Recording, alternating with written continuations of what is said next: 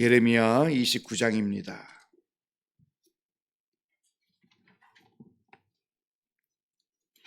예레미야 29장 1절에서 14절까지의 말씀, 구약성경 1096면에 있습니다. 예레미야 29장 1절에서 14절까지의 말씀입니다. 우리 같이 한 목소리로 같이 봉독하겠습니다. 시작. 선지자 예레미야가 예루살렘에서 이 같은 편지를 느부갓네살이 예루살렘에서 바벨론으로 끌고 간 포로 중 남아있는 장로들과 제사장들과 선지자들과 모든 백성에게 보냈는데, 그때는 여고니아 왕과 왕후와 궁중 내시들과 유다의 예루살렘의 고관들과 기능공과 토공들이 예루살렘에서 떠난 후라. 유다의 왕 시드기야가 바벨론으로 보내어 바벨론의 왕 느부갓네살에게로 가게 한 사반의 아들 엘라사와 힐기야의 아들 그마랴 편으로 말하되, 만군의 여호와 이스라엘의 하나님께서 예루살렘에서 바벨론으로 사로잡혀 가게 한 모든 포로에게 이와 같이 말씀하시니라. 너희는 집을 짓고 거기에 살며 텃밭을 만들고 그 열매를 먹으라. 아내를 맞이하여 자녀를 낳으며 너희 아들이 아내를 맞이하며 너희 딸이 남편을 맞아 그들로 자녀를 낳게 하여 너희가 거기에서 번성하고 줄어들지 아니하게 하라.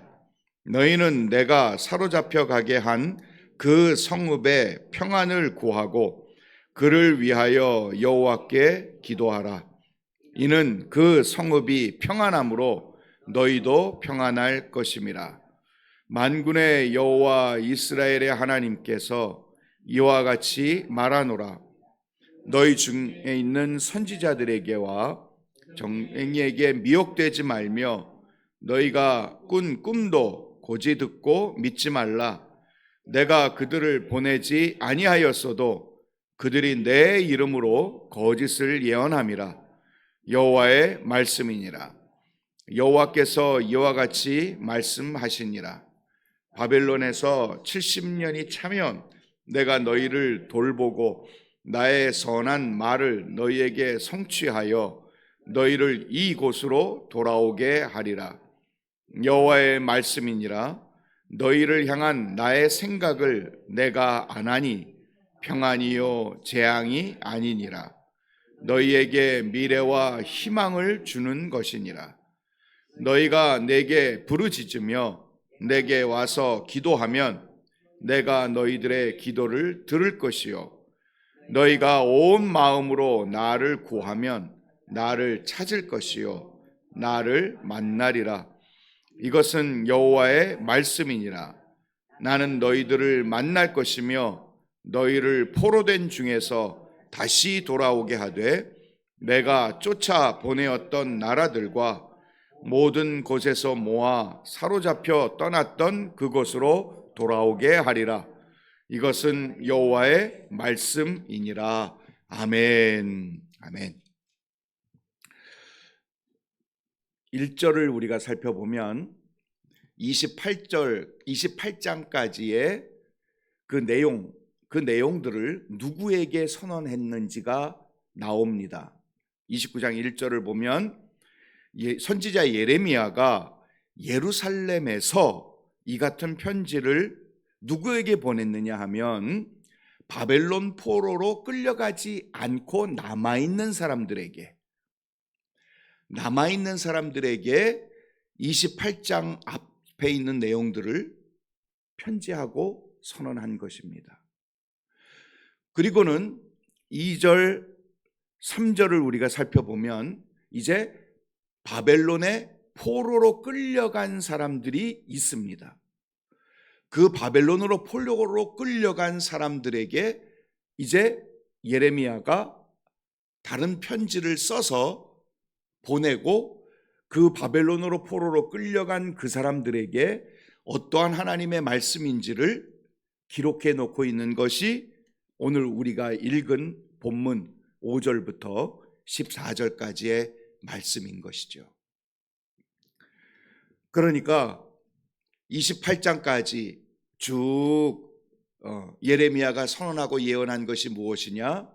너희들 예레미야가 쇠멍에를 메고 백성들 가운데 거하며 그렇게 지냈던 사람들의 눈총과 손가락질을 받고 온갖 모멸과 멸시를 받고 다른 선지자들에게 오해를 받았던 그런 행위를 할 수밖에 없었던 이유는 하나님께서 예레미야에게 말씀하신 것이 뭐냐? 바벨론의 멍에를 메라.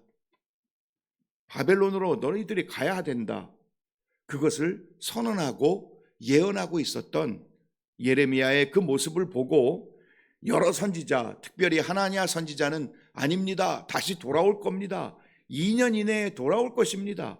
라고 거짓 예언을 하고 있었던 그 어리석었던 그 시대를 예레미야는 다시 하나님의 말씀을 선언하면서 그것이 하나님에게 나온 말씀도 아니고 하나님이 가르쳐 주신 메시지도 아니다. 거짓이다.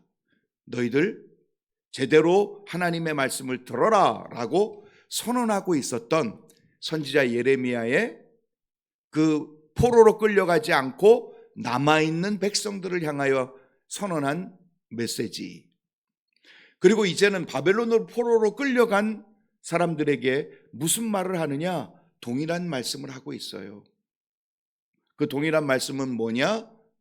너희들 허투른 미래에 어떤 희망을 주는 메시지 너희들 듣지 마라. 그건 하나님이 보내신 메시지도 아니고 하나님이 말하라고 선언하신 하나님의 예언도 아니다. 다 거짓이다. 오로지 이 예레미야가 선언하고 있는 메시지를 들으라라는 편지를 보내고 있는 것입니다. 그 편지는 뭐냐? 바벨론의 너희들이 거기서 정착해라. 바벨론의 평안을 빌어줘라. 아니, 식민지를 살고 있고 바벨론으로 포로로 끌려가고 있는데 하루속히 빨리 이 땅을 벗어나 고향 땅으로 잃어버린 나라를 회복하고 싶어하는 것이 모든 민족의 꿈인데, 끌려간 식민지에 살고 있는 모든 사람들의 희망인데 하나님이 그 희망을 꺾으십니다. 오히려 그 너희들이 포로로 끌려간 그곳에 정착하고 자손을 낳고 평안을 빌어라. 하나님, 이거는 우리 자존심, 민족적 자긍심을 자극하는 얘기입니다 라고 얘기할 수밖에 없는 하나님의 선언이고 메시지일 수밖에 없는 것이죠. 그런데 여러분, 우리가 잘 생각해 보면 이들이 왜 바벨론으로 포로로 끌려갔을까요? 왜 하나님이 바벨론의 손에 이 남유다마저 넘기실 수밖에 없었을까요? 그거는 우리가 예레미야 앞장 1장부터 쭉 23장까지 쭉 읽어보면 이스라엘 백성들이 하나님 앞에서 범한 죄악, 폐역, 하나님과는 전혀 상관없이 이방들과 짝지어 살았던 그들의 지나온 시간들 때문이었습니다. 하나님이 그들을 바벨론의 손에 넘겨주신 이유는 그들이 하나님의 말씀과 하나님 백성대로 살지 않게 되어지는 막 살았던 이방과 더불어 지냈던 그 죄의 결과물입니다. 이미 신명기에서 하나님께서 이스라엘 백성들이 하나님의 율례와 규례와 법도를 따라 행하면 하나님이 들어와도 복을 받고 나가도 복을 받고 떡반죽 그릇에도 복이 있을 것이고 하나님이 약속하셨거든요. 자자손손 복이 있을 것이라. 그런데 하나님의 규례와 율례와 법도를 행하지 아니하면 너희들이 재앙을 얻을 것인데 전염병이 있을 것이고 기근이 있을 것이고 전쟁이 임할 것이고, 그런데 결국은 하나님의 그 재앙의 끝은 하나님의 심판인 것이죠. 그거를 이미 이스라엘 백성들에게 하나님이 약속하시고 그래서 언약을 맺으셨는데 이스라엘 백성들은 까맣게 잊은 채 하나님 말씀, 율례, 규례, 법도 신경도 안 쓰고 제사장도 마찬가지, 종교 지도자들도 마찬가지, 이에 뭐를 물어주면 평화를 선언하고 입에 뭐를 물어주지 않으면 저주를 퍼붓는 미가 시대와 똑같은 모습을 이 유다 말기에 그렇게 행하고 있었던 하나님의 백성들의 모습 때문에 하나님이 바벨론을 들어 그들을 치게 하신 것입니다. 그러니까 이렇게 포로 생활로 끌려간 것은 억울함이 아니라 그들의 죄의 대가이고 하나님의 심판이었던 것이었죠. 그러기에 하나님께서는 그 시간들을 너희들이 잘 그 식민 생활에서 하나님을 바라보며 하나님을 의뢰하며 그리고 하나님의 백성임을 다시 한번 회복해낼 수 있는 불쑤시개의 역할, 훈련의 장, 그 장으로 하나님이 만드셨던 것임을 성경은 우리에게 가르쳐주고 있는 것입니다. 그 기간이 70년입니다.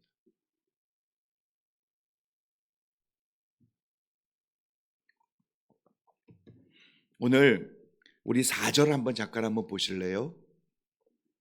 4절에 뭐라고 말씀하시느냐 하면 만군의 여호와 이스라엘의 하나님께서 예루살렘에서 바벨론으로 사로잡혀 가게 한 모든 포로에게 말씀하셨다. 그죠? 여기에 그 모든 주어가 누구냐 하면 하나님이세요. 하나님이 사로잡혀 가게 하셨다. 그렇게 말씀하시거든요. 그 하나님이 누구냐? 만군의 여호와입니다. 명칭이.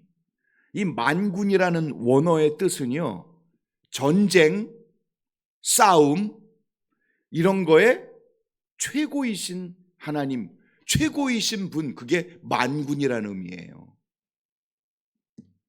어폐가 있죠. 모순되지 않습니까? 전쟁 그리고 싸움에서 최고이신 그 하나님이 포로로 잡혀가게 하셨다. 왜? 그 이유는 바로 이스라엘의 죄악 때문인 것이죠. 그들의 죄의 대가로 바벨론으로 포로로 끌려가게 되었는데 일부 어떤 사람들은 아니다, 우리에게 희망이 있다, 곧 돌아올 것이다, 나는 꿈에 봤다, 이상을 내가 봤다 하며 하나냐와 같은 어리석은 사람들이 그 바벨론 포로로 끌려간 곳에서도 있을 것이다. 그러나 그 얘기 듣지 마라. 내에게서 나온 것이 아니다. 그 말씀이 바로 8절에 있는 말씀이지요. 8, 9절. 만군의 여호와 이스라엘의 하나님께서 이와같이 말하노라. 너희 중에 있는 선지자들에게서와 점쟁이에게 미혹되지 말며 너희가 꾼 꿈도 고지 듣고 믿지 마라. 왜? 내가 그들을 보내지 아니하였는데도 그들이 내 이름으로 거짓을 예언함이라. 듣지 마라. 왜? 너희들이 지금 치러야 할 대가는 하나님이 정하신 것이다. 어떠한 것도 미혹되지 마라. 대신 하나님께서 희망과 소망을 주십니다. 11절부터 14절까지 희망과 소망의 메시지입니다. 하나님의 우리를 향한, 우리 하나님의 백성을 향한 생각은 평안이고 재앙이 아니라, 너희들이 지금 포로로 잡혀가 있지만 그것이 재앙이 아니고 하나님이 주시는 평안의 시간이고 평안임을 잊지 말고 하나님께 부르짖어라. 그럼 하나님이 그 가운데서도 응답하실 것이다. 할렐루야. 사랑하는 여러분, 오늘 우리에게 이 시대에 마치 돈에 사로잡혀 있는, 돈의 포로가 된 시대입니다. 정치의 포로가 된 시대처럼 보여집니다. 여기저기에서 막 이런저런 얘기가 들려옵니다. 그리고 어떤 사람들도 막 그렇게 해서 그 사람이 희망이고 이것이 희망이고 떠듭니다. 그래서 마치 그 사람이 되고 아니면 이쪽이 되면 더 희망이 있어 보이고 더 괜찮은 미래가 펼쳐질 것 같이 보여지고 하는 많은 이야기들이 회자되고 있는 시대입니다. 사랑하는 여러분, 거기에 희망이 있지 않습니다. 하나님에게 희망이 있는 줄로 믿습니다. 하나님의 말씀 앞에 희망이 있습니다. 흔들리지 마십시오. 좌로 오나 우로나 치우치지 마시고 하나님께 붙어 있고 하나님 앞에 서 있고 하나님께 구하는 그 자리가 희망의 자리이고 능력의 자리가 될 수 있을 줄로 믿습니다. 포로로 끌려갔다 할지라도 하나님 편에 서 있을 때에 다니엘과 그의 친구들, 에스더, 그들이 하나님의 영광을 올려드렸고 그곳에서도 능력껏 하나님의 역사를 펼쳤던 것들을 성경은 우리에게 증거해주고 있는 줄로 믿습니다. 요셉도 마찬가지. 노예로 팔려갔지만 그곳에서 하나님과 늘 함께 동행했을 때 하나님이 그의 주인이 되셨고 하나님이 그를 높이셨고 하나님이 그의 모든 것들을 이루어 가심을 성경은 증거해 주는 줄로 믿습니다. 그러므로 우리 이런 거 저런 거에 흔들리지 말고 하나님께 구하며 하나님의 희망, 하나님의 마음, 그리고 하나님 앞에 평안의 자리들을 구하며 나아가는, 힘겹고 버겁고 어렵고 요즘 자영업자들이 너무 쉽지 않은 시대입니다. 정말 경제가 나락으로 떨어집니다. 그리고 전 세계는 어떤 분위기, 어떤 사람들에 의해서 정말 미래가 어떻게 되어질지 큰일 났다라는 수많은 지표와 경제와 그리고 통계가 떠들며 얘기되어지고 있는 이 시대입니다.